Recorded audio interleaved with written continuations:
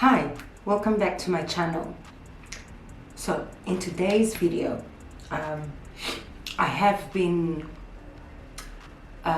getting quite a couple of requests, people wanting to know, with our type 4 hair and in general, how can you use natural products to detangle your hair. And so with me today, I've got a few products that natural products that I've brought out for you, just to show you guys what you can use to detangle your hair. And this is what I use when I'm detangling my hair. And because I'm using these natural products, for me, I have gotten the results that I've been looking for. And then I would like to recommend that you guys also use the same detanglers to detangle your hair. So here we are again. So as I was saying, in today's video, I am going to be showing you guys the kind of detanglers that you can use. Natural products, natural ingredients, natural herbs that you can find in your stores. You can find them in any place. So I've got three which are some of my favorite detanglers that I use during my wash routines. And not only that, I actually even use them to thicken my hair, to strengthen my hair follicles. And I would recommend that you guys also try them out as well, and then encompass them into your hair routine, and watch your hair grow. So the first one that I'm going to be talking about today, guys, is aloe vera. That's your aloe vera.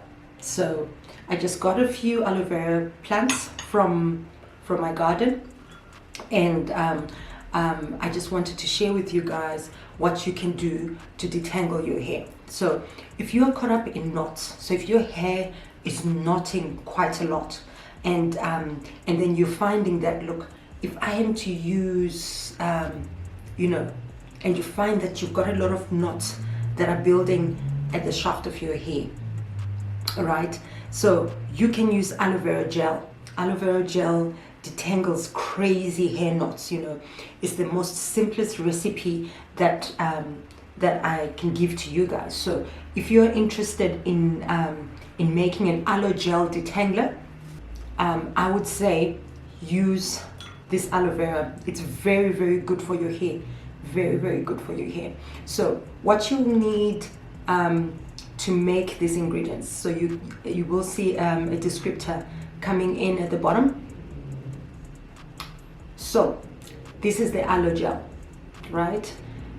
So the gel comes from the plant, and I prefer to extract it from the natural plant itself, though you can buy aloe gel from your stores, from your health stores.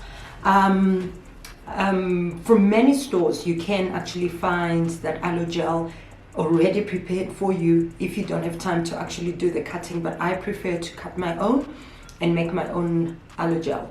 So you will need 1 cup of distilled water, or normal water if you can't find distilled water. Then you'll need a teaspoon or half a cup of your aloe gel. Then you also need your grapeseed extract or grapeseed oil. This just depends what oil you prefer to use. So just use whichever oil you prefer to use, or whichever oil is suitable for your own hair. So you put in that 2 drops of jojoba oil, and 1 drop of your vegetable glycerin.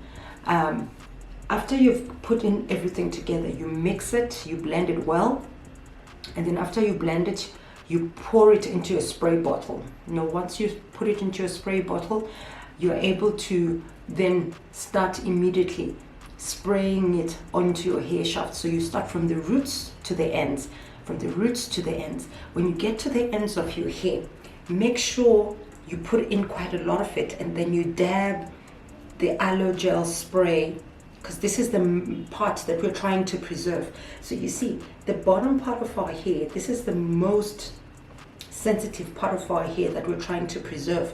So you need to spray it well, and then when you spray it, so that when you're now using the comb to comb the ends of the hair, they are already moisturized and ready to go. So I would definitely recommend that you spray your hair properly and ensure that the hair is properly saturated by all the aloe vera goodness. And then once you're ready, then you can start combing your hair gently. Some people prefer not to use a comb. If you do, use your hands.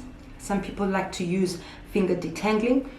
It's all up to you. You can use your fingers, or you can actually use a detangling brush or a comb. So it just depends what you're comfortable with. So it's not for me to tell you don't use this brush, don't use this comb.